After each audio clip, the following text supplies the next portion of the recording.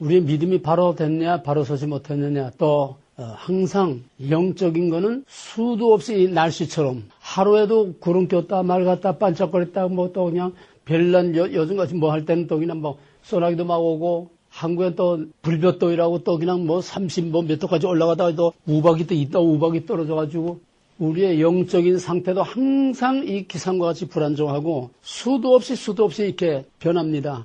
그러나 기본적인 기조는 있어요. 기본적인 기조. 기본 바탕은 어느 정도 있으면서 거기서 이 웨이브가 항상 조금 나왔다 뭐다. 그러니까 우리의 영적 상태를 진단하는 청진기는 데살로니가서 5장 16, 17절 항상 기뻐하라. 쉬지 말고 기도하라. 범사에 감사하라.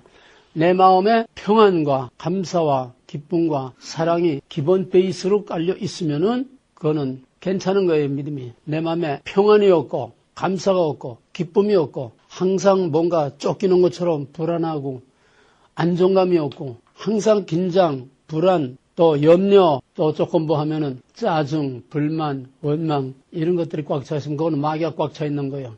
진리란 뭐예요? 진리란 하나님이 내 안에서 하나님 내 안에서 하나님 되는 게 진리야. 그 하나님 진리가 너희를 자유케 하려니 하나님이 내 안에 하나님 되시면은 하나님 내 안에 하나님 된다는 건 뭐예요? 내 주권이 내 안에서 하나님의 주권이 나를 다스리는 거.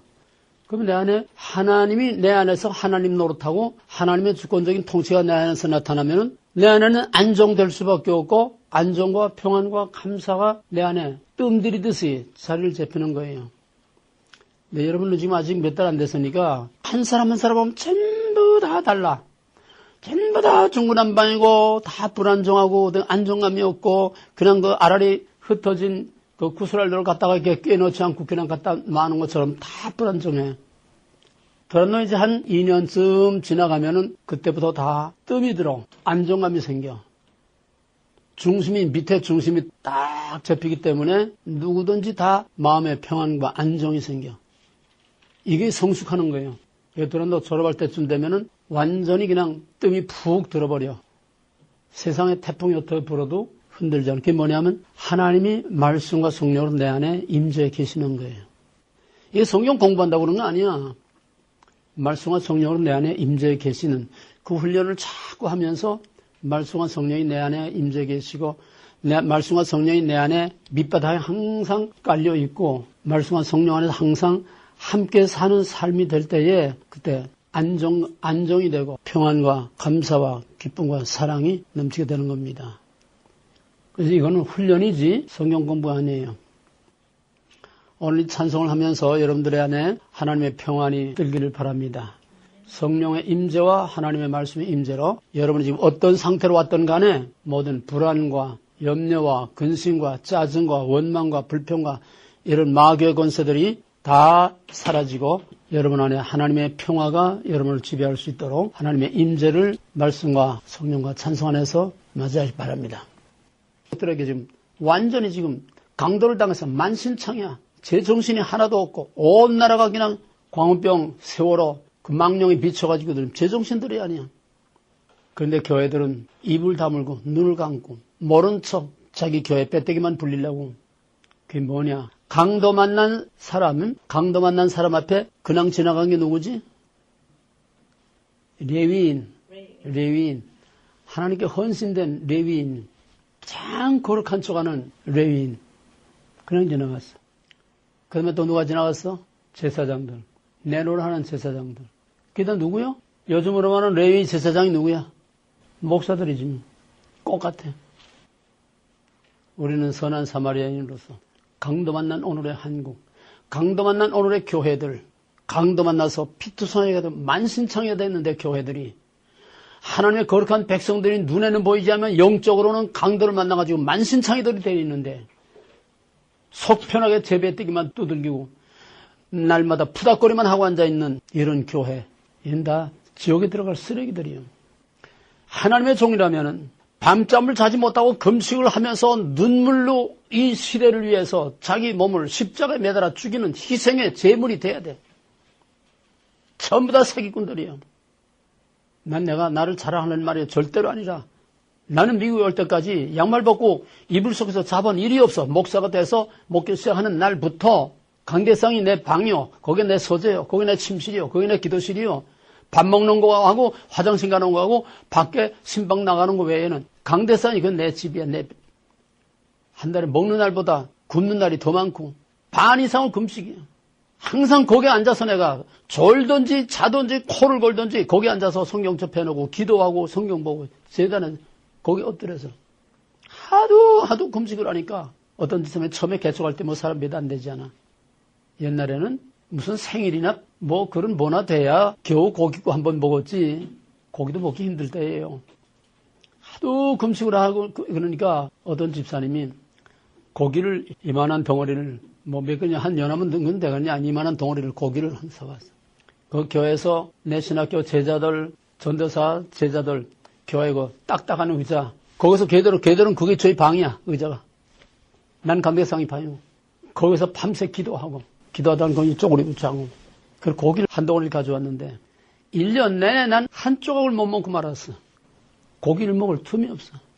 죽 먹다가 또 밥 먹을만 하면 또 금식하고 죽 먹다가 밥 먹을만 하면 금식하고 그리고 거기에 있는 애들 조금씩 썰어서 해주다 보니 나중에 난 한 조각도 못 먹었어. 그러니까 그 집사님이 목사님 뭐하러 맨날 금식합니까? 정말 못 보겠습니다. 내가 편안하면 너희들이 이리들에 찢겨. 목자가 잠을 자면 어떻게 되겠어 양들이? 이리들에게 다 찢겨 끌려가지 않아. 그렇게 해도 이거밖에 안 되는데 저렇게 속 편하게들 해가지고 양떼들이 어떻게 되겠어? 만신창이게 돼 강도만 나가지고 다. 그러니까 그렇지 않은 가정들은 봐.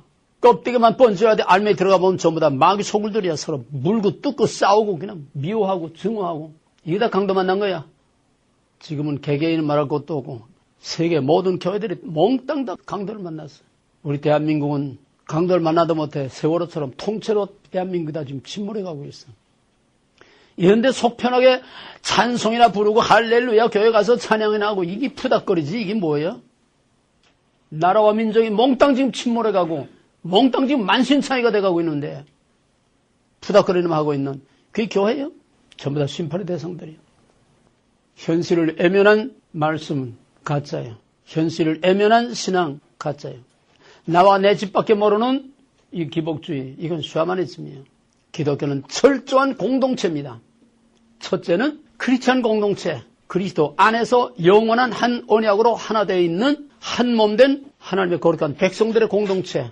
그 다음에는 코스모폴리탄, 온 세계가 바로 다 나의 형제라고 하는 이웃사랑을 내 몸과 같이 하는 우리는 우주적인 큰 하나의 공동체, 넓은 하나의 공동체로서의 이웃사랑, 그다음에 좁은 같은 믿음과 같은 하나님의 약속 안에 있는 영원히 함께 살 그리스도인들의 공동체. 우리는 이 동심원의 이중의 공동체 속에 살고 있어. 더 작게는 또 작은 공동체, 교회 공동체, 또 가정. 나 하나밖에 모르는 건 이건 전형적인 샤머니즘이야. 그러므로 믿음이란 하나님 사랑, 이웃 사랑, 수직과 수평. 그게 믿음이야. 그렇게 돼야 돼. 그래서 교회 와서는 하나님 사랑 열심히 하나님 제자하고 찬양하고 뭐 어쩌고 그냥 푸닥거리 실컷하고 수직관계가 뭐 돼 있는 것 같지. 나가게 되면 이건 또 알아볼 거 없어. 나가서도 인간관계 속에서 세상 속에서만 또 행적으로만 살고 수직과 수평 따로 돌아가는 것은 가짜예요. 수직과 수평은 크로스 돼야 돼요. 이게 십자가예요. 하나님과 나와의 관계와 나와 이웃의 관계가 크로스 되지 않은 거는 크로스란 뭐냐 한 언약 안에 있는 거예요.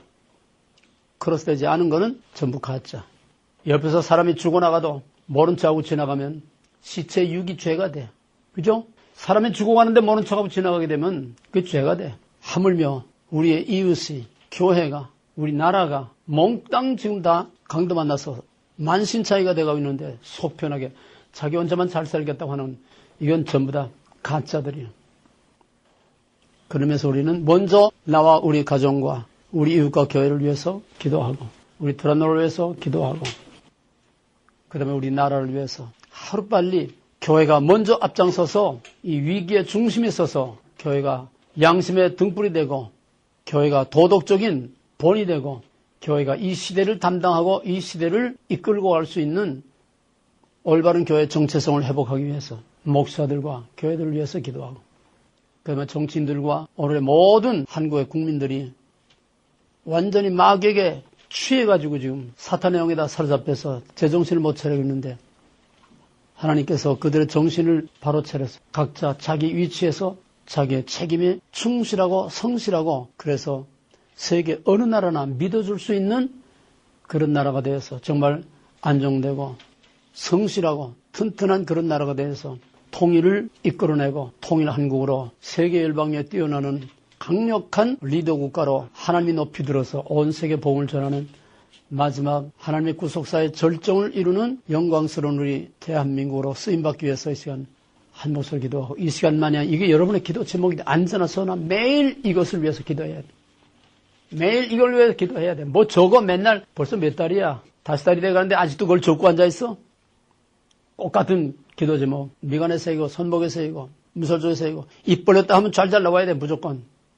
기도하는데 왜 기도를 못하느냐? 안 나오게 아직 안 돼서 그래. 안 나오게 안 돼서 그래. 자기 포기 안 돼서 자존심 때문에 옆 사람 들을까 봐. 왜 소리를 못 질려? 찬송을 잘 부르는데 왜 기도할 때 쑥 들어가서 소리도 못 내? 그 알량한 자존심 뒀다가 뭐 하려고? 자존심 필요 없어. Give it up for God. 뭔지 알아? 그게 뭐야? 그게 뭐야? Give it up for God. 하나님 위해서 자기 주장, 자기 체면, 자기 자존심 다 잘라버리라고 그랬잖아. 기도도 훈련이야, 훈련. 소리 내서 부르짖어 훈련할 때에 마귀가 끼어들 틈이 없고 기도 그런 부르짖을 때에 기도에 힘이 오는 거예요. 네, 시간이 좀 많이 갔습니다. 빨리빨리 할 테니까 정신 바짝 차리고 들으세요. 인간의 기본 위치, 인간의 정체성, 하나님이 본래 인간에게 두신 인간의 정체성은 무엇인가? I'm not okay, you're okay. 인간의 자기의, 인간의 또 자기 주장, 또 다른 말로 하면 인본주의. You are okay라는 것은 하나님의 의입니다. 하나님이 옳다는 거예요. 하나님이 옳고 나는 하나님 앞에서 감히 내가 옳다고 주장할 수 없는 위치. 이게 뭐냐? 이 먹지 말라가 바로 인간의 하나님과 인간과의 관계의 이 기본 구조를 말해주는 겁니다. 먹지 말라. 하나님 창조주여 너는 내 피조물이요. 하나님 왕이요 너는 내 백성이요. 하나님 오나요 너는 나의 매니저요 에이전트요. 하나님과 인간의 관계는 넘을 수도 없고 넘어서도 안 되는 경계와 구별이 분명히 있어야 된다. 이게 전 성경의 뿌리요, 씨알이요, 기초입니다. 이건 계시록까지 이게 기본 바탕에 깔려 나가는 거예요. 모든 성경은 여기서부터 나오는 겁니다. 창세기 2장 17절. 이것이 하나님과 인간과의 기본 구조, 하나님과 인간과의 관계의 기본 구조를 옆으로 그대로 눕혀놓은 것이 남자와 여자의 관계라고 그랬어요. 그죠? 이건 우열을 말하는 거 아니에요. 책임과 질서를 말하는 겁니다. 그래서 여자는 남자를 돕는 배필로 지었다는 거예요. 하나님과 인간의 구조와 인간과 인간과의 군조. 남자와 여자만이 아니라 모든 인간관계, 모든 사회관계는 다 이 관계로 되어 있어요. 종들아 상전에게 순종하라. 그죠? 다 상하관계. 무슨 노예제도 아니라도 어떤 조직이든지 사회 조직에는 다 나이로 봐도 아래 윗사람이 있고 회사에 가도 아래 윗사람이 있고 나라에도 다 기본 구조가 다 돼. 구조, 조직. 이런 사회 구조 속에서 그 사회 구조 속에 순응하라는 거예요. 오늘은 이게 아니에요. 오늘 한국은 이게 거꾸로 됐어. I'm okay, you're not okay. 하나님께 대해서도 인간이 자기 의를 주장함으로써 you're not okay, I'm okay. 여기 어디서부터 왔죠? 이거 어디서부터 왔어? 먹어라. 뱀에게서부터 왔어. I'm okay, you're not okay. 그래서 내가 옳다. 하나님이 잘못됐다. 하나님이 거짓말했다. 먹어라. You are okay. God is not okay.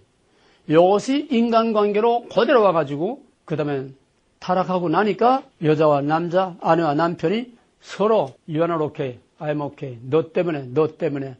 여기서부터 미움과 다툼과 싸움이 오게 되고 여기서부터 상처가 오게 된 겁니다. 그래서 모든 상처는 죄와 마귀로부터 오는 것이요. 모든 상처는 서로가 I'm okay, you are not okay. 거기서 서로 물고 뜯고 싸우는 싸움과 미움과 다툼과 상처가 오게 된 것이고 이것이 바로 가인이 아벨을 때려 죽이는 I'm okay, you are not okay. 이것이 인간의 역사예요. 이게 타락의 역사예요. 그럼 개인의 상처의 치유도 똑같아. 그래서 이걸 어떻게 했느냐? 지금 간단히 넘어가는 겁니다. 모든 인간의 불행과 비극은 가족 문제든 사회 문제든 국가에든 어떤 회사나 직장이나 어떤 공동체나 조직체에서도 이 구조가 돼야 기본 질서가 돌아가고 기능이 제대로 돌아가지 이 기능과 질서가 무너지게 되면은 그 조직은 무너질 수밖에 없게 돼 있어. 국가든 회사든 이건 누가 잘나고 못나고의 문제가 아니야. 질서의 문제입니다. 근데 이걸 뒤집어 엎어가지고 사탄은 I am okay, you are not okay는 전부 다 파괴하는 사탄의 복음이야. 전부 다 파괴. 내가 잘났다, 내가 옳다. 전부 인간을 붕 띄워가지고 인간을 교만하게 만들어가지고 바람을 집어넣어가지고 내가 잘났다, 내가 옳다, 내 주장대로 해라. 그래가지고 결국은 파괴하는 You are not okay. 파괴야. 다 파괴. 이게 사탄의 역사. I am okay. 그래서 모든 것을 회복하는 길은 인간의 기본 구조, 하나님과 인간과의 관계 기본, 인간과 인간과의 관계 기본으로 돌아가는 거예요. 기본은 어떻게 돌아갔어? 예수님께서 다시 I am not okay, you're okay.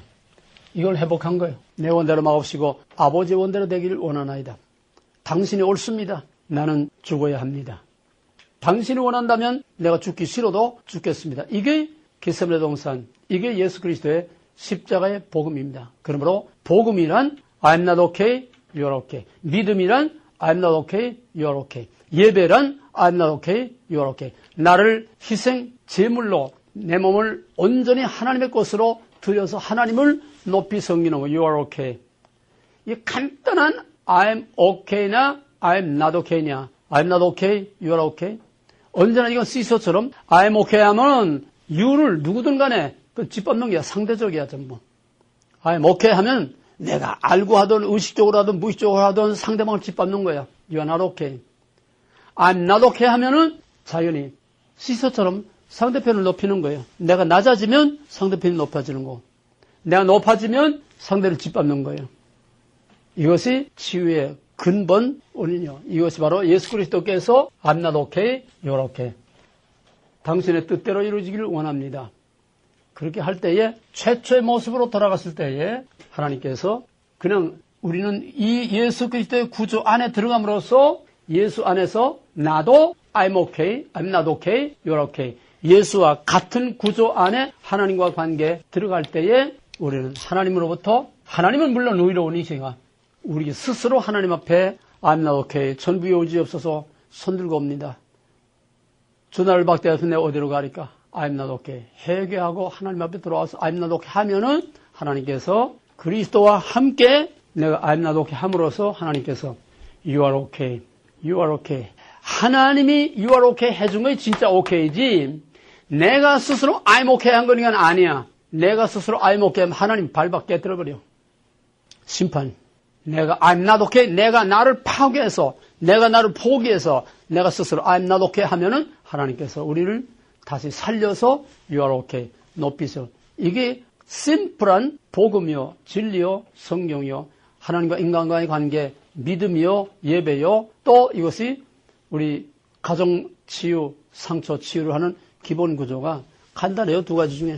사탄의 복음을 따를 것이냐 하나님의 복음을 따를 것이냐 I'm not okay냐 I'm okay냐 바로 우리 예수 그리스도께서 이루신 예수는 잘못이 하나도 없어요. 죽을 일이 없어. 잘못한 게 없어. 그러나 우리 때문에 죽으라고 하니까 예수는 우리 대표로 우리 때문에 죽지 않아야 될 죄가 없는 예수입니다. I'm not okay. 스스로 몸을 찢어서 죽임으로써 태초의 첫째 아담이 저지른 이 파괴를 다시 새롭게 건설한 거예요. 이게 복음이고 이게 상처의 치유의 가장 기본이라고 하는 거. 이제 날마다 여러분들이 바울이 내 몸을 쳐서 복종케 한 것 같이 여러분 스스로 신앙생활이란 날마다 내가 예수와 함께 죽고 사는 성화의 삶, 자기 포기, 자기 심판 이것이 없는 신앙은 전부 다 교리주의, 메마른 의식주의 그냥 예배나 드리고 갔다 왔다 하는 거 하나님의 이름만 팔아먹는 거 이건 가짜예요. 예수와 함께 죽고 예수와 함께 다시 사는 것이 그게 세례요, 중생이요, 구원이라고 바울은 로마서 6장에서 말하고 있어요. 그래 바울은 날마다 죽는다고 그랬어. 내가 예수와 함께 십자가에 못 박혀 죽었나? I'm not okay. 바울은 얼마나 I'm okay가 강했습니까? 절대적인 의지요. 자기는 절대적으로 옳지요. 저놈들은 다 죽여야 돼. 예수 믿는 저놈들은 다 죽여야 돼. 율법을 파괴하는 자, 사람들을 미혹해 하고 사회를 혼란케 하는 유대교를 파괴하는 파괴자들 저놈들은 다 죽여야 돼. 아주 철저하게 I'm okay로 굳어져 있던 사람이에요. 근데 그 I'm okay가 진짜 I'm okay하고 만났어. 어디서 만났어? 다메섹. 다메섹 가다가 진짜 I'm okay하고 만났어. I'm okay와 I'm okay가 만났어. 인간 스스로 I'm okay. 인본주의의 극치, 자기의의 극치, 이거하고 진짜 의로우신 진짜 I'm okay하고 진짜 만났어.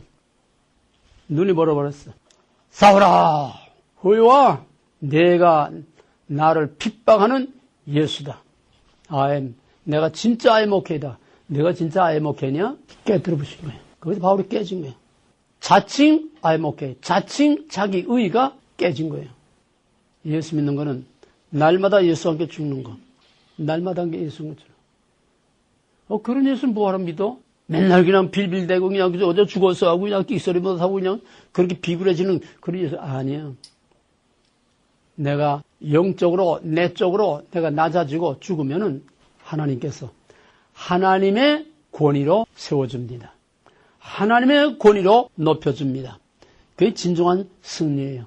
이해가 되겠습니까? 뭐 그런 말을 하자면 그것도 한데 없는 말이니까 지금까지 공부한 거 상처의 치유의 원리 I'm okay로 시작된 죄와 마귀로부터 온 미움과 다툼과 상처와 갈등과 이걸 치유하는 것은 오직 십자가 안에서 예수와 함께 I'm not okay 함으로써만 날마다 I'm not okay 함으로써만 I'm not okay 되는 게 아니요 You are okay가 돼야 돼. 어? 그게 힘든 거야. 참는 것까지는 쉬워. 근데 벨이 꼴리는데도 당신이 참 훌륭해. 오라. 그게 힘든 거야. 자꾸 세워줘야 돼. 자꾸 세워줘야 돼. 우리 볼 거 있어? 볼 거 없는데 하나님께서 우리를 자꾸 높여주고 세워주고 하나님 앞에 낮아지면은 하나님 높여줍니다. 하나님 앞에 낮아져야 하나님 앞에서 높임 받습니다. 잠언 4장 8절에서 그를 높이라. 그러면 그가 너를 높이 들어서 아름다운 관을 씌워주고 너를 영화롭게 하리라. 높이기 위해서는 내가 낮아지는 것밖에 없어요. 이 정도로 복습으로 끝내고 오늘 시간이 많이 갔으니까 하나님의 이름이라는 거는 동양에서는 특히 성명 철학 이름 가지고 운명 그런 거 보고 이제 성명 철학 읽잖아요. 성명 철학이라고 하면은 히브리인들처럼 더 철저한 성명 철학이 없어요. 히브리 사람들은 구약에 보게 되면은 무의미한 이름이 하나도 없어. 구약의 이름들은 다 어떻게 했기 때문에 그 이름을 뭐라 했다. 꼭 그 이름의 어떤 의미와 함께 그 이름은 상당히 중요한 의미를 갖습니다. 동약의 이 성명 철학하고는 개념 자체가 달라. 왜? 구약에 나오는 이름들은 다 하나님과의 관계 속에서 어떤 사건, 하나님과의 관계 속에서 어떤 그런 시츄에이션과 어떤 그런 상황에서 만들어진 이름이기 때문에 우리의 운명론적인 동양의 성명 철학하고는 근본적으로 다릅니다. 이름이라는 거는 바로 그 실체를 말해. 그 사람 자신을 말해. 사람을 칭찬하는 거죠. 이름하고 실체하고는 떨어질 수가 없어요. 이름을 들어서 욕하면은 그 사람 자신을 욕하는 거고 이름을 들어서 칭찬하면 그 사람 자신을 칭찬하는 거예요. 그러니까 주님께서 우리에게 기도 가르치듯 이름이 거룩히 여김을 받으시오며 그건 하나님 자신이 거룩히 여김을 받으라는 것을 우회적으로 그렇게 말한 거예요. 이름과 하나님, 이름과 어떤 사람은 분리될 수가 없어요. 그래서 이름이라는 걸 우리는 성경을 이해하는데 하나님의 이름을 이해하는 것은 무엇보다 가장 중요한 기초가 되는 겁니다. 우리가 옛날에 다 공부한 거예요. 우린 누굴 믿습니까?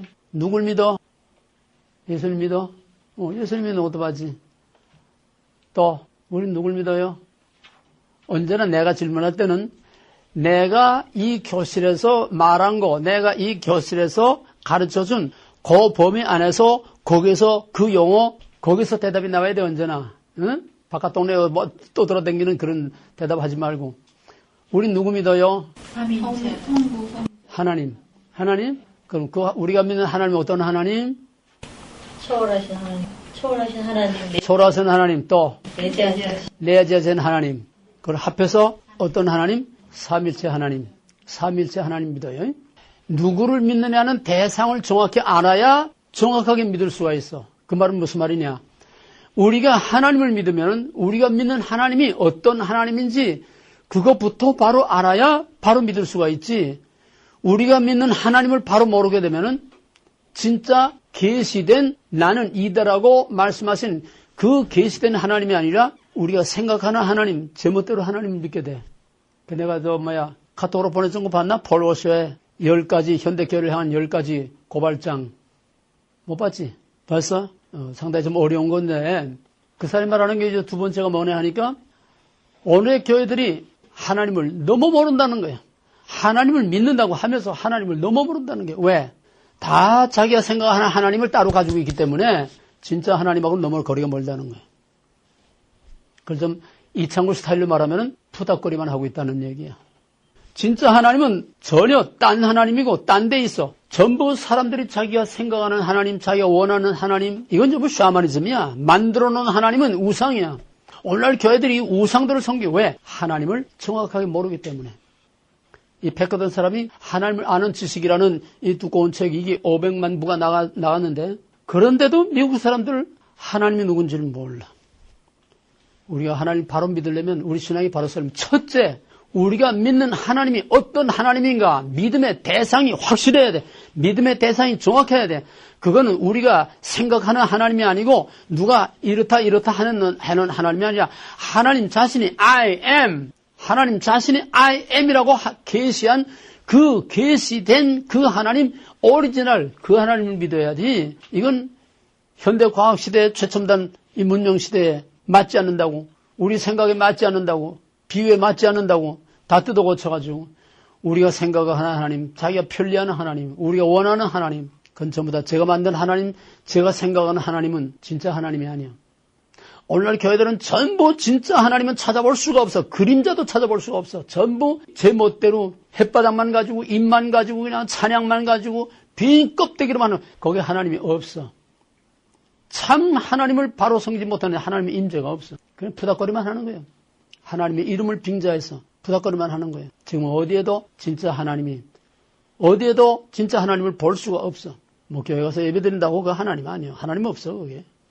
그러면 우리가 하나님을 바로 아는 것이 무엇보다 중요해요. 이거는 두고두고 계속 우리가 앞으로 하나님의 광대하심 한마디만 돼가지고 되는 건 아니에요. 그러나 뭐든지 한마디로 말할 수 없으면은 바로 모르는 것이다.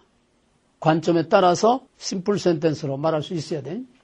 그래서 우리가 믿는 하나님은 유일하신 하나님이지만은 유대교나 이슬람의 꼭 같은 유일하신 그 하나님이 아니라 우리는 초월신과 내재신을 포함하는 성부, 성자, 성령, 삼위일체로서의 유일하신 하나님을 믿는 거다. 이거 기독교가 믿는 하나님은 삼일체 하나님입니다.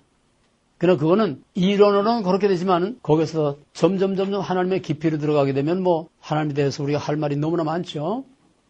한꺼번에 다 할 수는 없고 오늘은 이름을 통해서 나타난 하나님은 어떤 하나님인가. 그 이름이라는 거는 그 사람의 역할과 기능과 위치와 특징을 나타내는 겁니다. 그럼 이 창구는 내 고유한 이름이에요. 고유한 이름은 하나밖에 없어. 근데 지금 여러분에게 뭘 가르칠 때는 교수야. 또 교회 가면 목사야. 집에 가면 여보야. 또는 아버지요. 나는 하나인데 이름은 여러 가지죠. 그죠? 왜? 그때 위치와 역할과 하는 기능이 다르기 때문에 이름이 다 따로따로 붙는 거예요. 그러나 이건 다 대명사고 고유한 이름은 하나이지만은 그때 역할과 기능에 따라서 또 회사에 가면 뭐 부장님 그럴 수도 있고 이사님 그럴 수도 있고 다 이름이요. 그러면 또 내가 또 이 부장님 그러면 예? 내가 대답을 해요. 그것도 나니까.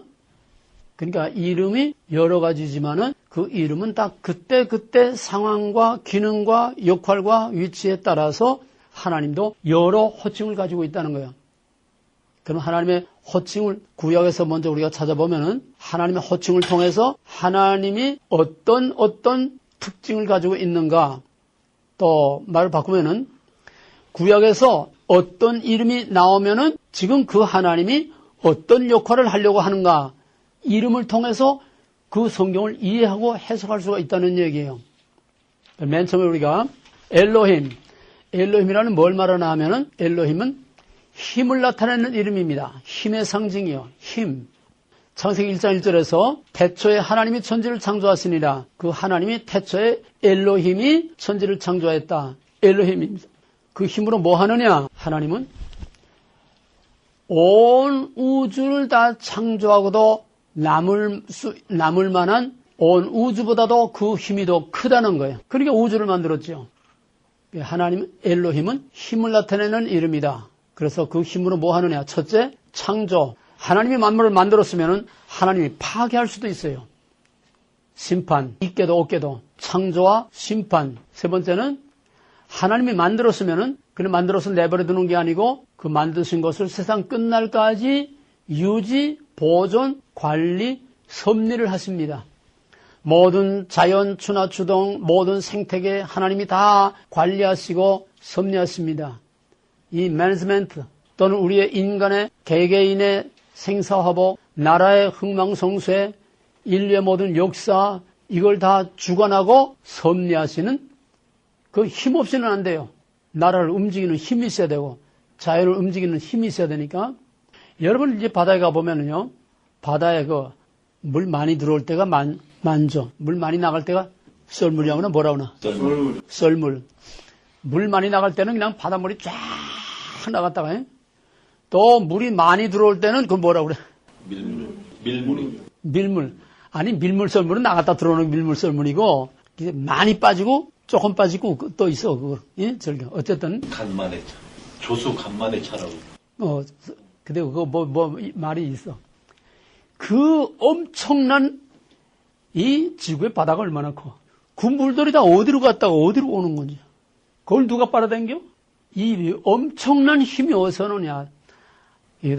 이 만물을 지으신 하나님의 힘에서, 엘로힘의 힘에서 오는 겁니다. 엘로힘은 창조, 그 힘으로 창조, 그 다음에 파괴하는 심판, 그 다음에 섭리, 그 다음에는 심판이 있으니까 구원하는 힘.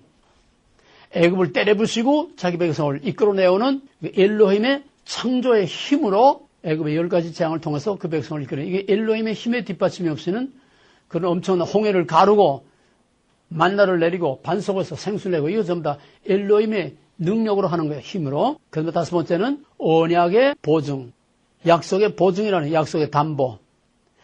하나님께서 아무리 약속을 해도 그 약속을 이루어 줄 수 있는 힘이 뒷받침되지 못하면은 그 약속은 빈 껍데기예요. 우리가 집을 산다고 계약을 해. 그럼 덮어놓고 그냥 계약하는 게 아니에요. 은행에서 이 사람에게 론을 주면 론을 갚을 만한 뒷받침이 있는지, 인컴이 있는지, 그만한 재산이 있는지, 뭔가 재력이 뒷받침이 돼야 집을 살 수 있는 계약을 할 수 있지. 뒷받침이 없으면 힘의 뒷받침 없이는 아무것도 할 수가 없어요. 그러니까 하나님의 약속을 우리가 믿을 수 있다는 것은 엘로힘의 어마어마한 우주 전체보다도 더 큰 힘이 뒷받침되고 담보가 되고 있기 때문에 우리는 하나님의 모든 약속을 믿을 수 있는 겁니다. 자, 엘로힘으로 뭐 해요? 엘로힘은 무슨 하나님의 어떤 이름이라고?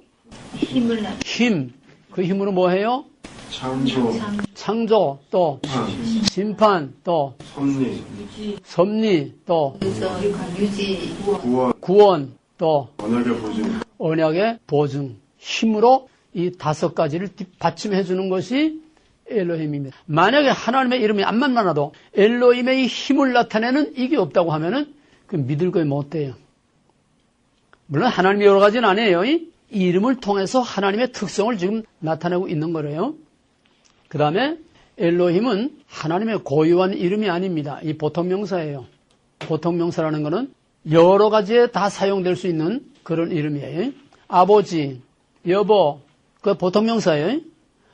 아버지는 집에 들어가면 내가 아버지지만은 아버지는 나만 아버지지 아니에요. 또 딴 사람도 아버지고 마찬가지로 이 엘로힘이라는 건 하나님에게만 사용되는 게 아니라 이방 신들에게도 사용되고 또 재판장에게도 사용되고 또는 천사들에게도 사용이 됩니다.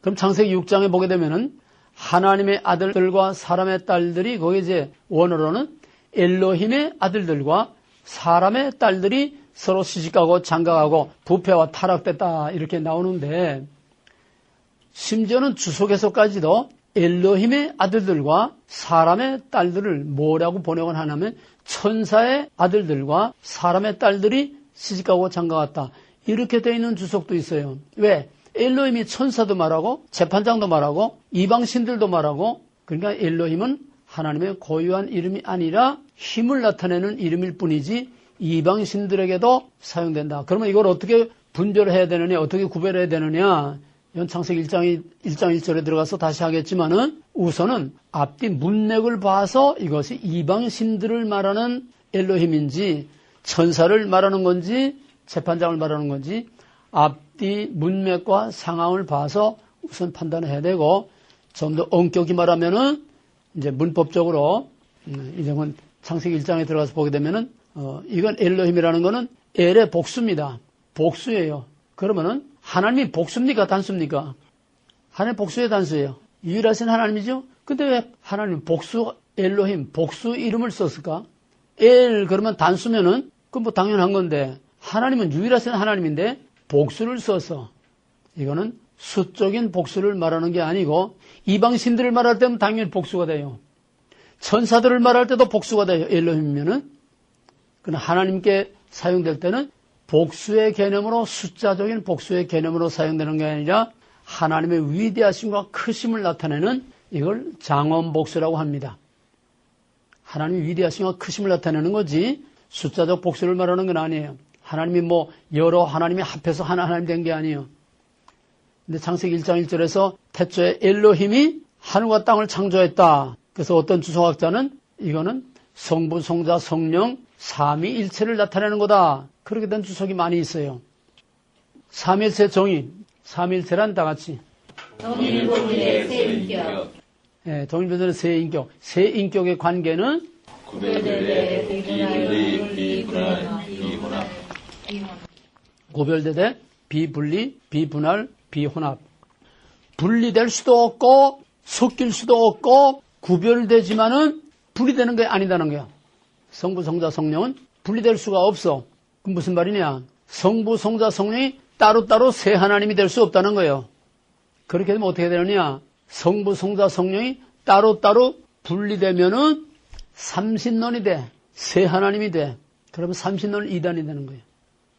또 그렇지 않으면은 성부, 성자, 성령이 한 하나님인데 성부, 성자, 성령이 따로따로 돌게 되면은 머리 셋 달린 괴물이 되는 거예요.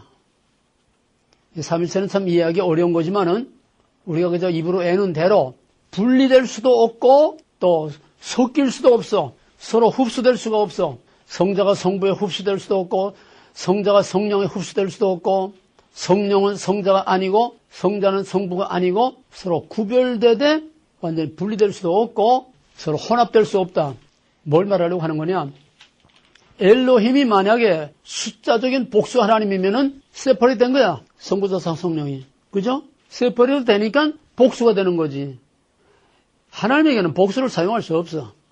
그러나 이제 창세기 1장 26절 오게 되면 우리가 사람을 우리의 형상을 따라서 남자와 여자를 이렇게 만들자. 우리가 사람의 우리의 형상을 따라서 남자와 여자를 만들자. 이때 우리는 삼일체를 말하는 겁니다. 그럼 분리되지 않고도 성부사자 성령이 한 뜻으로 우리의 형상을 따라서 삼위일체를 말하는 거예요. 이건 좀 어려운 거니까 거기 가서 다시 하기로 하고. 어쨌거나 엘로힘은 복수 명사로 되어 있지만은 하나님에게 숫자적인 복수를 말하는 게 아니라 하나님의 위대하심을 나타내는 그런 뜻에서 엘로힘이라는 이 복수 명사를 사용하고 있다고 하는 것. 그 다음에 엘로힘은 힘으로 만물을 창조하신 창조의 하나님이기 때문에 창세기 1장은 창조장입니다. 창세기 1장은 엘로힘이란 이름만 사용됩니다. 창세기 1장은 엘로힘이라는 이름만 사용돼요. 그 자유신학의 문서를 말하는 사람들은 이거를 이문서라고 그래. 엘로힘 문서라고 그래요. 왜?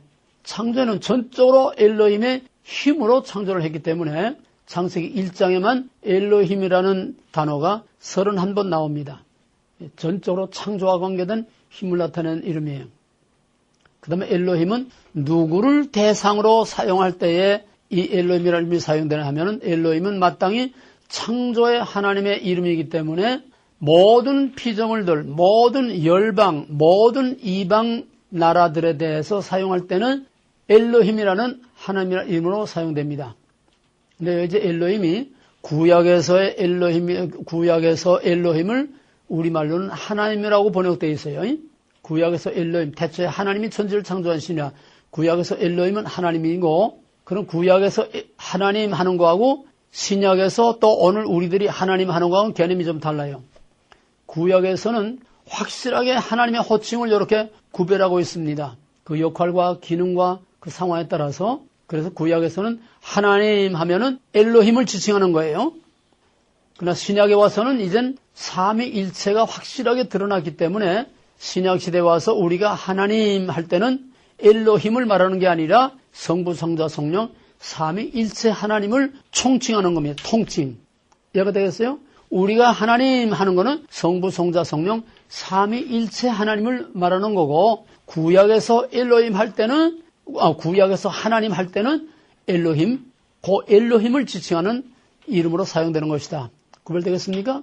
그래서 구약에서 엘로힘 할 때는 모든 이방 나라, 이방 민족들에게 사용될 때는 엘로힘이라는 이름으로 사용하고 있습니다. 다 하나님의 피조물이라는 거예요. 하나님이 그 나라 흥망성쇠를 다 주관하는 그런 면에서 엘로힘, 하나님 하면은 이방 나라. 또 그 다음에 하나님 하면은 하나님의 그 힘으로 뭐해? 힘으로 뭐해? 힘으로 뭐해요? 아까 5가지 나왔잖아요. 하나님 힘으로 뭐해? 창조. 또 그 힘으로 심판. 그러니까 심판을 할 때는 엘로힘이라는 이름이 나옵니다. 왜? 하나님이 창조하신 그 힘으로 파괴한다는 거예요. 하나님의 이름이 구약에서 엘로힘이 나올 때는 이방 나라들에 대한 또는 심판을 말할 때에 엘로힘이라는 이름이 사용된다는 겁니다. 이방 나라 모든 열방들에게 사용된다. 그 다음에요, 엘로힘의 생략형 또는 엘로힘의 단수형 엘은 다른 이름들과 서로 결합이 돼서 합성어를 이룹니다. 그건 이제 뒤에서 보겠어요. 중요한 것만 합시다. 그러면 엘리온, 이거 이제 합성어예요. 이거는 엘로힘, 엘리온, 이거 합성어입니다. 그걸 이제 생략형으로 엘로힘. 그 뭐냐? 지극히 높으신 하나님. 창세기 14장에서 아브라함이 자기 조카 롯이 세일 사람들에게 사로잡혀 갔을 때에 자기에서 길륜 자를 끌고 올라가서 소돔 사람들과 자기 조카 또 그 빼앗긴 물건들을 다 이제 찾아가지고 올 때에 멜기세덱에게 아브라함이 11조를 바치니까 멜기세덱이 아브라함을 축복하면서 거기에 나오는 말이 지극히 높으신 하나님. 바로 이 멜기세덱이 사용한 말입니다. 이거 지극히 높으신 하나님을 말하는. 그 다음에 엘로이, 여기는 간단히 넘어갔어요. 많이 사용되지 않으니까. 엘로이는 뭐냐 하면은 창세기 16장에서 여기 성경 구조를 잘못됐어요.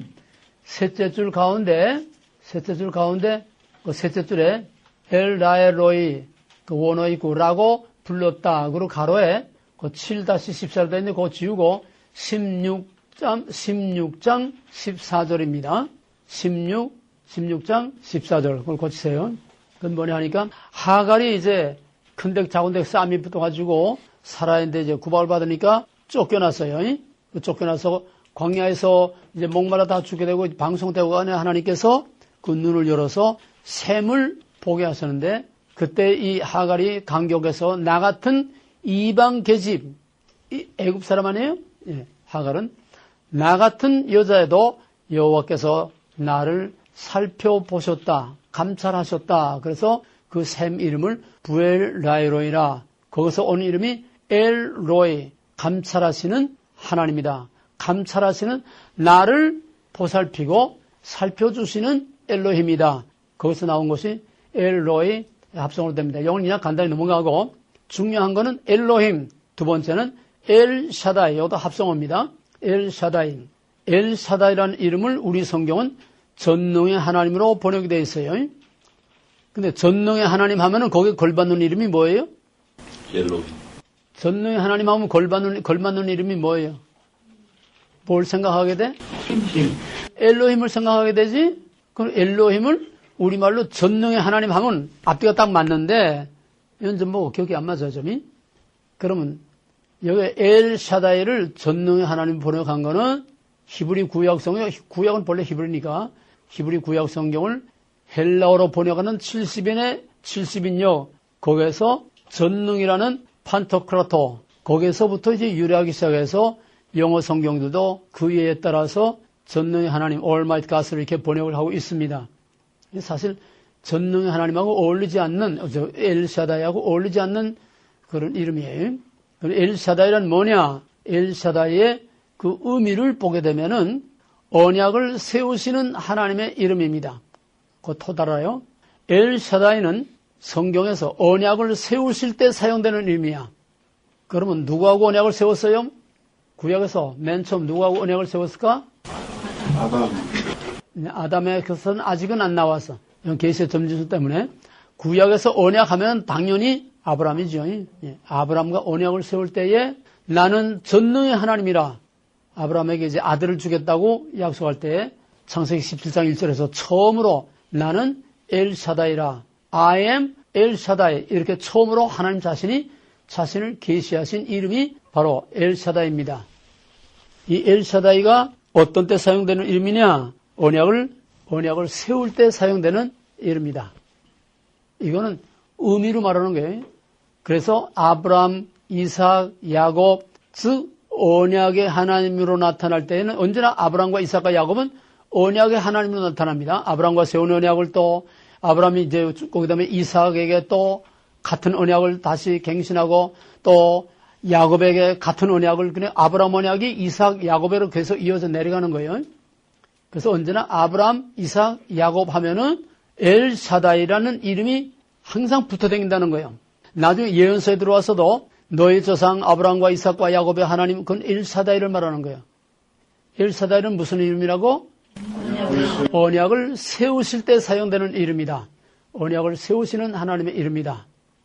그 다음에 여기 이제 이게 사실은 하나님의 이름이 용어를 하고 나서 맨 나중에 하나님의 이름을 하게 돼 있던 건데 그래서 요거 조금 내가 이걸 용어 전에 이걸 앞으로 당겼기 때문에 여기서 배우지 않은 단어가 이제 나와요.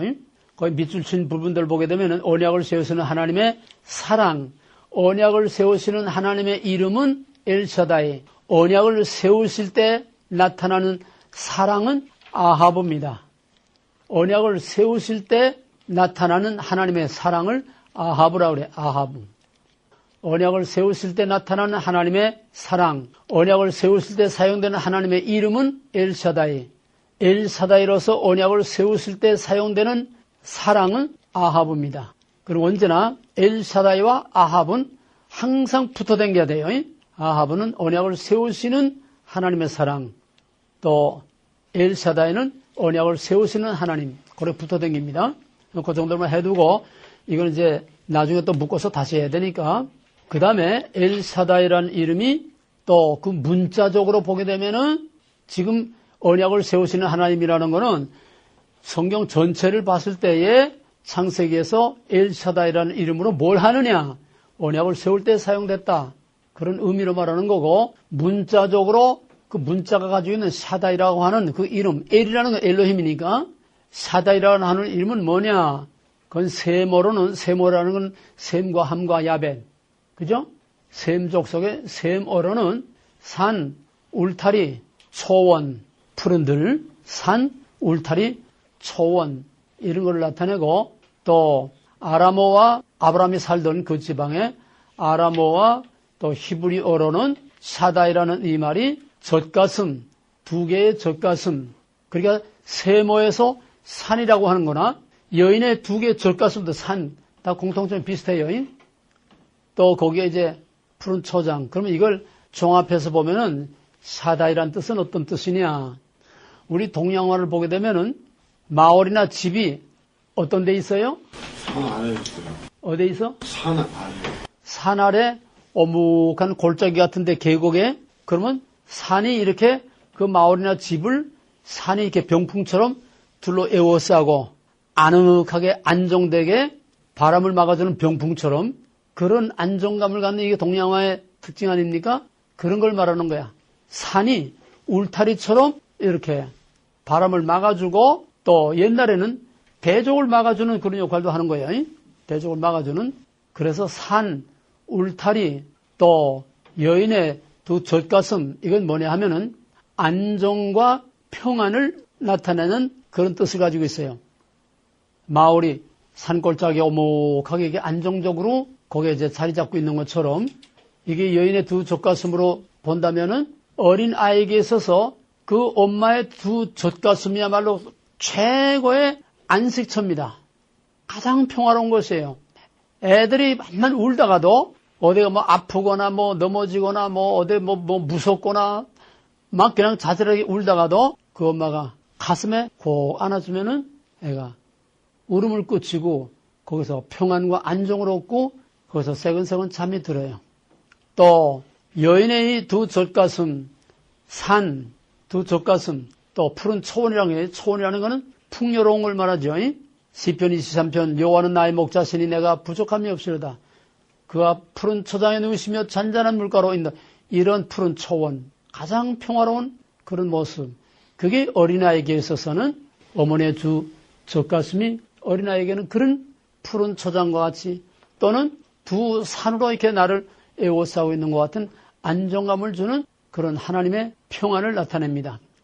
이걸 재해석하면은 하나님은 자기 백성을 낳아서 하나님의 넓은 가슴에서 하나님의 큰 넓은 가슴에서 우리를 품어서 가장 평안하게 안정적으로 우리를 지켜주시고 보호해주시고 또 거기서는 풍성한 젖이 흘러나옵니다. 다윗의 시편 24편과 꼭 같은 거예요. 풍성한 젖이 나와 가장 평화롭고 안정되고 풍성한 젖이 나와. 그래서 하나님께서는 자기 백성을 이 샤다이라는 이름만 가지고 보면은 자기 백성을 낳아서 당신의 품에 품어서 안정하게 모든 대적으로부터 위험으로부터 막아주고 하나님의 신령한 생수와 신령한 양식으로 흡족하게 공급해주고 하나님의 품에 있으면은 이런 안식을 얻는다고 하는 그런 의미를 갖고 있는 것이 샤다이라는 뜻입니다. 그런데 그 샤다이가 어떤 샤다이냐? 엘로힘이라는 거예요. 하나님의 힘으로 우리를 안정하게 하나님의 힘으로 우리를 부족함이 없게 풍요롭게 공급해주는 그런 어머니의 모습을 보여주는 것이 바로 샤다이라고 하는 엘샤다이가 갖고 있는 두 개의 의미입니다. 그럼 엘샤다이는 우리가 두 가지로 생각하면 돼요. 첫째는 언약을 세우시는 하나님의 이름이다. 언약을 세우시는 하나님은 어떤 하나님이냐? 자기 백성을 낳아서 품어서 보호하고 부족함이 없게 풍요롭게 먹이 입히고 보호해서 지켜주시는 시편 23편과 같은 그런 모성적인 그런 하나님의 모습을 보여주는 것이 엘사다이라고 하는 그 이름이 갖고 있는 하나님의 특성입니다. 그러면 세 번째로 여호와 또는 야하웨. 원래 고대 히브리어는 자음만 있고 모음이 없었습니다. 자음만 있고 모음이 없었어요. 그냥 그 당대 사는 사람들은 습관적으로 우리가 뭐 어린애들 뭐 문법 공부해가지고 말을 합니까? 말부터 먼저 배우죠? 말부터 배우고 글을 보게 되면 글을 저절로 읽게 돼. 그런데 고대 히브리어는 자음이 없고 모음만 있었지만은 저희들끼리는 그 모음을 이때는 이렇게 읽고 저때는 어떻게 발음하고 모음 발음을 다 알고 있어서 다 통했는데 AD 70년 예루살렘이 파괴되고 나서 온 세상으로 흩어져서 디아스포라 온 세계에 흩어져서 몇백 년을 살다 보니까 결국은 언어가 글자로는 남아있는데 사용을 하지 않으니까 다 잃어버려서 글자는 있는데 뭐라고 발음하는지 몰라. 그래서 언어를 상실했어요.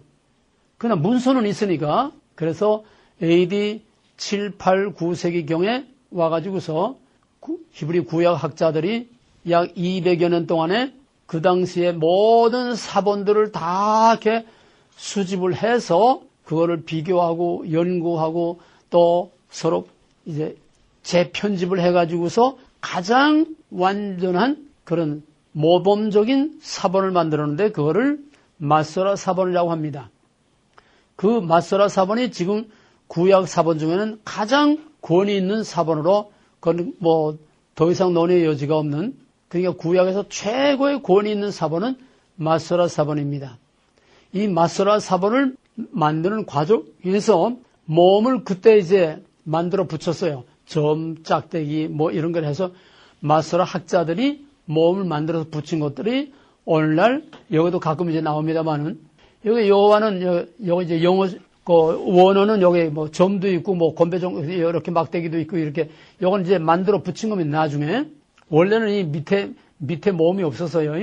근데 이거를 우리는 히브리어 모르니까 영어식으로 이렇게 표기를 한 겁니다. 히브리어는 오른쪽에서 왼쪽으로 읽는데 이 영어는 왼쪽에서 오른쪽으로 표기한 거예요. 히브리어하고는 반대로 쓴 겁니다. 순서가. 그러니까 영어의 Y자가 히브리어로는 맨 오른쪽 여드가 되는 거예요. 여드. 이거를 우리는 야하웨, 야훼 또는 진짜 원래 오리지널 발음을 직역하면은 예헤바. 말하는 건 V도 아니고 그러니까 이거는 영어의 V하고도 다르고 우리나라 비읍 받침하고도 다르고 이거는 히브리어가 갖는 또 독특한 발음인데 그냥 우하고 부하고 그 사이 우하고 V하고 그 사이 워 그러니까 예호와 참 발음이 힘들어요. 근데 이거를 야훼라고도 있고 또는 야하웨라고도 있고 여러 가지 읽지만은 우리는 일반적으로 지금은 어떤 이 학문적인 그런 게 아니고 관습상 야훼라고 쓰는 거는 주로 자유주의 신학 계통에서 야훼라고 씁니다. 보수 계통에서는 여호와라고 주로 쓰고 있어요. 근데 뭐가 옳고 뭐가 그런 건 아니에요. 이렇게도 발음할 수 있고 저렇게도 발음할 수 있고 본래는 야훼입니다. 본래는 야훼. 이건 뭐냐? 이거는 하나님의 본명입니다. 엘로힘이라든지 다른 이름들은 하나님 자신이 I am이라고 하나님 자신이 계시한 게 아니에요.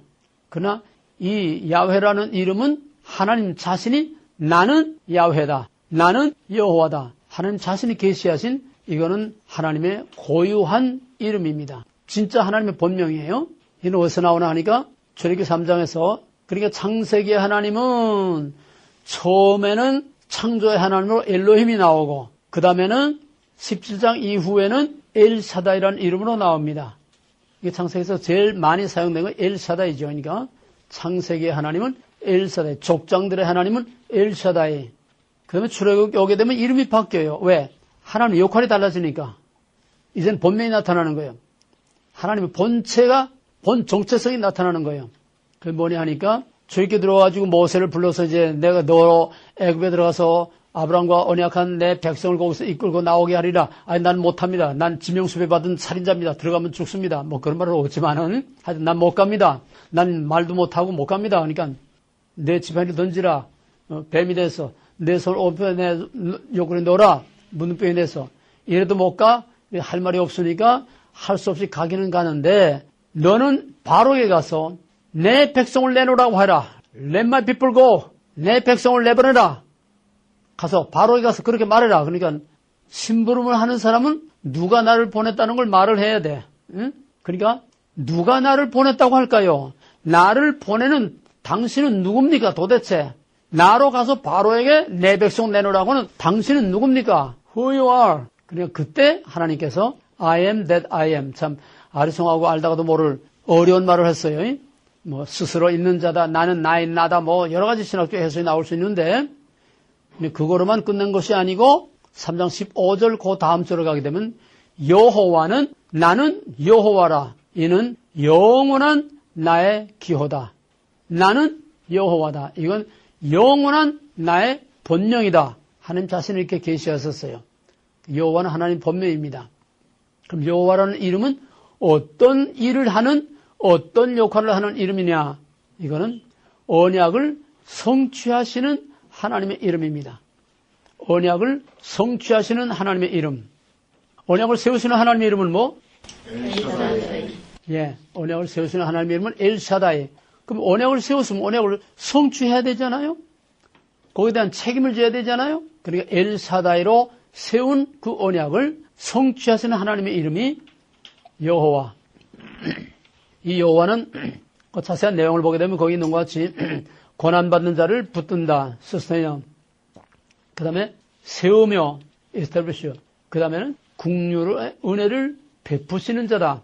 그런 뜻을 이제 가지고 있는데 이거를 종합하면은 언약을 성취하시는 하나님. 언약을 성취한다는 건 뭘까요? 하나님께서 아브라함에게 뭘 약속했어요? 뭘 약속했어? 뭐 어떻게 하겠다고 약속했어? 아브라함에게? 내가 이 땅을 너와 내 자손에게 주리라. 그럼 지금은 아니야. 내 자손들이 이방에 객이 됐다가 4대 만에 이 땅으로 돌아오게 하리라. 그 약속이야. 돌아오게 하리라. 엘사다이로서 아브라함에게 내 자손이 400년 후에 애굽에 내려가서 거기에 있다가 400년 후에 내가 이끌고 나와서 그때 이 땅을 주겠다 약속을 했어요. 그 약속을 이제 이루기 위해서 모세를 불러서 보내면서 모세에게는 엘사다이로 모세를 부른 것이 아니라 어떤 하나님으로 나타나야 돼? 아브라함에게는 언약을 세우는 하나님, 엘사다이로 나타나서. 그럼 모세는 언약을 성취하러 이제 보내는 거야. 그럼 모세에게는 어떤 하나님의 이름으로 나타나야 될까? 야훼로 나타나야죠. 그죠? 언약을 세워서. 그럼 출애굽기 한번 펴봐요. 출애굽기 6장. 출애굽기 6장 3절부터 5절까지 다 같이 한 목소리로 내가 아브라함과 이삭과 야곱에게는 전능의 하나님으로 나타났으나 나의 이름을 여호와라는 그들에게 알리지 아니하였고. 자, 여기 보세요. 아브라함과 이삭과 야곱에게는 무슨 하나님으로 나타나? 전능의 하나님이 누구예요? 전능의 하나님이 누구? 엘사다이. 아브라함과 이삭과 야곱에게는 언약의 하나님의 이름이 엘사다이로 나타났지만은 여호와라는 그들에게 알리지. 아브라함은 여호와라는 이름 몰라. 야훼라는 이름 몰라요. 이제 모세에게 처음 계시하시는 거야. 이제 너한테는 내가 아브라함의 그 하나님이 아니라 이제는 아브라함의 언약을 성취하는 하나님의 이름으로 너한테 이제 나타난다. 새로운 이름으로 계시하는 거예요. 그래서 여호와라는 그들에게 알리지 않았지만은 이제 내가 너를 애굽 땅에 보내서 너를 이끌어낼 하나님은 이제 여호와로 너에게 계시된다. 이제 출애굽기 하나님은 여호와입니다. 창세기의 족장들의 하나님은 엘샤다이, 언약을 세우는 하나님. 출애굽기 하나님은 언약을 성취하시는 하나님이니까 출애굽기 하나님은 여호와예요. 여호와라는 이름으로 계속 사용됩니다. 그래서 여호와라는 이름은 언약을 성취하는 건데, 언약을 성취한다는 게 뭐냐? 구원이요, 구원. 이끌어내는 거, 구원의 하나님. 그래서 여호와는 언약을 성취하시는 하나님의 이름이다. 여러분 자세하게 다 할 수 없으니까 여러분이 가서 자세하게 좀 더 읽어보세요. 그러면은 크게 잡아서 현실적 역사적 사건으로는 아브라함에게 언약한 거를 엘사다이로 약속한 거를 모세에게 여호와로 계시되셔서 여호와로서 그 백성을 이끌어내고 여호와로서 시내산에서 언약을 맺고 여호와로서 광야에 그들과 함께 가셨고 여호와로서 약속의 땅까지 인도하시는 언약을 성취하시는 구원의 하나님의 이름으로 계속 계시됩니다. 그러니까 이름 하나 가지고 그 이름이 나타나면 어떤 일이 일어나겠느냐, 뭘 보여주려고 하는 거냐, 이름 하나 가지고 그 상황을 우리가 판단할 수 있는 거예요. 그러면 이제 크게 잡아서 예수 그리스도는 이 땅에 뭐하러 왔어요? 뭐하러 왔어요? 출애굽은 1차적으로 역사적으로 아브라함에게 약속한 것을 물리적으로 육체적으로 애굽에서 이끌어내서 물리적인 가나안 땅에 약속의 땅에 이끌고 들어갔어요. 이건 하나의 모델입니다. 구속사의 모델이에요. 그러나 그게 다가 아니야. 그게 목적이 아니야. 그건 장차 나타날 거를 보여주기 위한 하나의 모델 케이스고 이것이 이제는 영적으로 애굽의 바로 밑에서 신음하는 바로의 노예가 아니라 죄와 마귀의 압제에서 신음하는 우리를 영적으로 이끌어내는 그거를 내다보게 하기 위한 거다. 그러면은 우리를 죄와 마귀에서 우리를 이끌어낸 건 누굽니까? 죄와 마귀에서 우리를 이끌어낸 건 누구예요? 누가 우리를 구원했어? 예수 그리스도. 예수 하면 뭡니까? 누가 우리를 죄와 마귀에서 우리를 이끌어냈어? 왜 이렇게 다 얼었어? 예수님. 아니 뭘 믿어? 예수 그리스도.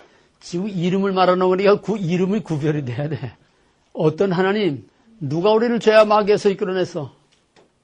모세가 여호와께서 모세를 통해서 애굽에서 이끌어낸 것처럼 그건 물리적 하나의 가시적인 모델, 그다음 보이지 않는 우리 영혼을 죄와 마귀에서 우리를 영적으로 이끌고 내서 구원하시니가 누구야? 여호와는 구원 왜 여호와요? 언약을 성취하시는 언약을 성취하시는 하나님의 이름이지?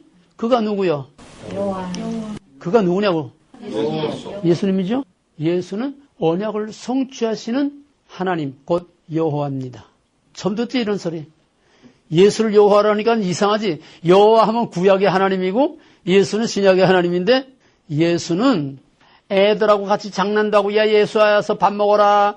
애들하고 놀고 같이 자라갔던 목수의 아들, 요셉의 아들, 마리아의 아들 인간의 이름이 예수야. 이해가 됐어요? 인성. 인간의 이름이 예수야. 그럼 그리스도는 뭐냐? 그리스도는 직분. 왕, 선지자, 제사장. 그리스도란 말은 헬라어인데 크리스토스. 기름 부음 받은 자라는 뜻이에요. 크리스토스. 기름 부음 받은 자다. 기름 부음 받은 거는 왕, 선지자, 제사장 이 세 직분의 기름을 받는데 예수님은 영적인 뱀의 머리를 밟고 승리하신 영적인 왕, 유대인의 왕, 또 우리를 위해서 희생 제사를 드린 갈보리의 희생 제사를 드린 제사장, 대제사장, 선지자, 제사장, 왕 그들에게 기름을 붓는 겁니다. 그러면 예수 안에서 선지자, 제사장, 왕의 세 직분이 완성돼서 그 후는 선지자, 제사장 그런 영적인 왕은 없죠. 예수 그리스도 완성됐으니까. 그래서 예수는 누구냐? 기름 부음 받은 선지자요, 제사장이요, 왕이다. 그게 예수 그리스도란 말이에요. 그 하나님 있어 없어. 예수는 사람의 이름이요. 잘 구별해야 돼. 예수는 사람의 이름, 그리스도는 뭐예요? 감투예요, 감투. 그가 누구냐? 그가 무슨 일을 하느냐? 관을 씌워준 거야. 관, 기름 부음 받은 선지자, 제사장, 왕의 직분, 직위. 그러니까 기름 부음 받은 선지자요, 제사장이요, 왕인 예수. 예수 그리스도는 그거야. 거기 하나님의 이름이 있어 없어? 예수의 하나님의 이름이 뭐야 그러면? 예수의 신적 호칭이 뭐냐고? 예수의 하나님의 이름은 여호와예요. 헷갈리지? 헷갈리지? 좀 골치 아플 거예요. 천천히 또 자꾸 이렇게 훈련하면은 이제 이해가 됩니다. 삼위일체 하나님이시지만은 구원의 기능과 역할로 볼 때는 언약을 성취하시는 하나님이 출애굽에서는 모세를 통해서 이끌어내셨지만은 우리를 죄와 마귀에서 영적으로 구원하는 데는 인간 예수, 모세 대신 인간 예수를 통해서 여호와께서 우리를 이끌어내신 거예요. 예수 그리스도의 신적인 이름, 그건 여호와요. 인간의 이름은 예수. 그의 직분은 그리스도. 구별됩니까 이제? 확실히 구별돼? 이제 한 가지 알아도 정확하게 알아야 돼. 예수는 인간의 이름이야. 그리스도는 그가 무슨 일을 하느냐? 그의 직분, 그리스도, 예수가 하는 역할, 직분을 말하는 게 그리스도고 예수의 진짜 신적인 이름은 언약을 성취하시는 하나님 여호와입니다. 이건 좀 이해가 어렵고 좀 헷갈리겠지만은 무조건 그렇게 심어놓으세요, 이제부터. 성장 하나님은 어떻게 또 예수님을 여호와 하나님으로 구약에는 아직 성부, 성자, 성령이 완전히 분리가 안 됐기 때문에 여호와 하면은 그냥 그저 구약의 하나님 이렇게만 생각하는데 이게 점점 오면서 성부, 성자, 성령 분리되기 때문에 예수가 구원의 역할을 할 때 언약을 성취하신 역할을 할 때는 여호와로서 구원을 하셨다는 거예요. 여호와는 언약을 성취하시는 하나님의 이름이기 때문에 좀 어려운 겁니다 이게. 예, 시간이 많이 갔습니다. 그럼 아도나이 하나만 더 하겠어요. 아도나이는 뭐냐? 간단해요. 이거는 로드, 영어로 로드입니다. 그러면 하나님의 이름 중에 이 아도나이, 로드라는 거는 왜 사용하며 어째서 이런 이름을 사용하느냐? 아도나이 사용하는 이름은 간단해요. 유대인들은 하나님을 아주 너무 쉽게 얕잡아봤어요. 요즘 크리스찬들도 같이 너무 하나님을 얕잡아봤어요. 그냥 하나님의 이름을 함부로 막 불러대. 내 이름을 망령되이 이끌지 말라. 그냥 하나님의 이름, 여호와 이름을 그냥 망령되이 그냥 막 함부로 불러댔어. 뭐 우상을 섬기면서도 별짓 다 하면서도 그냥 여호와요 마서 거짓되게 하나님의 이름 부르고 그러다가 이제 된통 얻어맞고서 바벨론의 포로로 사로잡혀 갔어. 하룻강아지 법문서도 모른다고 할아버지 상투 잡고 막 그냥 놀던 그런 보장머리 없던 유대인들이 히브리인들이 하나님의 꿈도 꿀 수 없고 상상도 할 수 없는 할례받지 못한 이방 오랑캐에 사로잡혀 가서 거기서 포로 생활을 하다 보니까 여호와라는 이름이 그렇게 함부로 불러댈 이름이 아니오. 두렵고 떨리는 이름이야. 그죠? 이게 본능이니까. 날더러 우리 애들이 창구야 그러면 그냥 버리장머리씩 철다고는 없을 때 그렇게 부르다. 나한테 한번 된통 얻어맞으면 내 이름 부르겠어? 못 부르지. 그럼 어떻게 돼? 아버지 이렇게 불러야 될 거 아니야. 거기서 나온 대명사가 로드라고 하는 주라고 하는 이 대명사가 이제 하나님께 심판을 받고 나니까 그 여호와의 이름을 함부로 부를 수 없는 두려고 떨리는 하나님의 본명이다. 그래서 그때로부터 바벨론 포로 시대부터 여호와의 이름을 부르질 못했습니다. 그전까지는 모세오경밖에 없었어요. 그 밖에 구약 성경은 다 바벨론 포로 때부터 그걸 수집해서 편집해서 기록하면서 나머지 구약들을 만들기 시작했는데 거기서 나온 것이 이제 서기관입니다. 성경을 기록하는 서기관들이 나와서 성경을 기록하다가 여호와라는 이름이 나오면은 지금까지 쓰던 붓을 꺾어버리고 가서 몸을 씻고 정결한 옷을 갈아입고 와서 여호와라는 이름을 새 붓으로 쓰고 여호와라는 이름을 한 번 쓴 그 붓으로는 다른 얘기를 쓰지 않고 그 붓을 꺾어버리고 또 다른 얘기를 쓸 때는 그만큼 여호와라는 이름 자체를 두려워했어요. 어려워했어요. 하물며 부르질 못해. 그러니까 쓰기는 여호와라고 야훼라고 써놓고 읽기는 아도나이라고 읽은 겁니다. 무슨 말인지 알겠어요? 예? 내 이름이 이창구 있으면 우리 아들이 읽다가 이창구라고 읽지 않고 아버지 이렇게 읽는다는 얘기예요. 그만큼 포로기 이후에는 여호와의 이름을 감히 직접 대놓고 부를 수가 없어서 쓰기는 야훼로 써놓고 읽을 때에는 아도나이라고 이렇게 읽었다는 얘기예요. 이해가 되겠습니까? 이것이 관례가 돼가지고서 마소라 사본에서도 마찬가지로 그 이후 계속 전통적으로 여호와라는 이름을 직접 쓰지 않고 아도나이라고 로드라고 이렇게 썼습니다. 모든 영어 성경은 다 로드로 되어 있어요. 근데 우리나라는 유일하게 우리나라 성경만은 지금도 여호와라는 이름이 그냥 사용되고 있습니다. 왜냐하니까 우리나라 성경은 한글 개역 성경은 미국 RSV Revised Standard Version 미국 표준 성경 그거를 번역했기 때문에 미국 표준 성경에서는 유일하게 RSV에서 제호바라는 이름을 그대로 사용하고 있었습니다. 그걸 그대로 우리는 여호와로 한글 성경에 번역을 했어요. 그러다가 이것이 이제 문제가 돼가지고서 그 출처가 이제 이 여호와라는 이것이 어디서 쓰여지기 시작했느냐 하니까 여호와의 증인의 새 세계 번역 성경 또 천주교 소수사본 여기서 성경 두 족보 했지? 신약 성경 두 족보 신약 성경 두 족보 뭐예요? 공인본문과 수정본문 또 다른 말로 다수사본과 소수사본. 그러니까 이 여호와라는 이름이 소수사본에서 헬라화에 된 그들이 사용하던 것을 또 여호와의 증인이 저희들의 성경을 만들면서 새 세계 번역 성경이라는 여호와의 증인 성경을 만들면서 거기서 여호와라고 썼고 그러니까 이게 잘못됐다. 그래서 신학계에서 들고 일어나니 왜 RSV만 여호와라는 이름을 쓰느냐. 나머지 성경은 히브리 전통에 따라서 다 이렇게 아도나이로 쓰고 있는데 로드로 쓰고 있는데 그래서 나중에 리바이스 스탠다드 버전이 이게 뉴 아메리칸 스탠다드 바이블로 다시 바뀌면서 이제 제호바라는 게 빠지고 로드라고 썼습니다. 근데 우리 한국 개역 성경은 여전히 여호와라는 이름으로 쓰고 있는데 우리 한국 성경에서도 표준 새 번역 우리 한국 성경에서도 표준 새 번역에서는 이거를 여호와라는 그 말을 주라고 이렇게 바뀌었다고 그래요. 내가 직접 보지는 않았지만은 그러니까 우리가 전통적인 관례에 따라서 여호와의 이름을 함부로 불러대는 제상 계명을 범하지 않도록 우리는 여호와의 본명을 거룩하게 구별해서 주라고 부르는 게 난 사실 옛날에 이걸 몰랐을 때는 사실 못마땅했어요.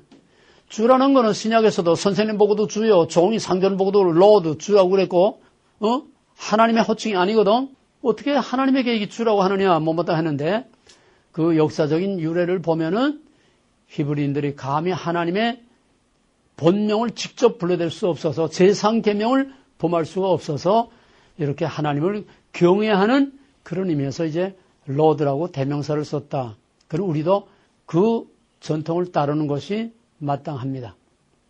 여호와의 이름을 함부로 불러대는 것은 하나님의 이름을 욕되게 하는 그런 제상 계명을 범할 우가 있다는 겁니다. 오늘까지 여기까지만 하나님의 이름에 대해서만 오늘 했습니다. 기도합시다.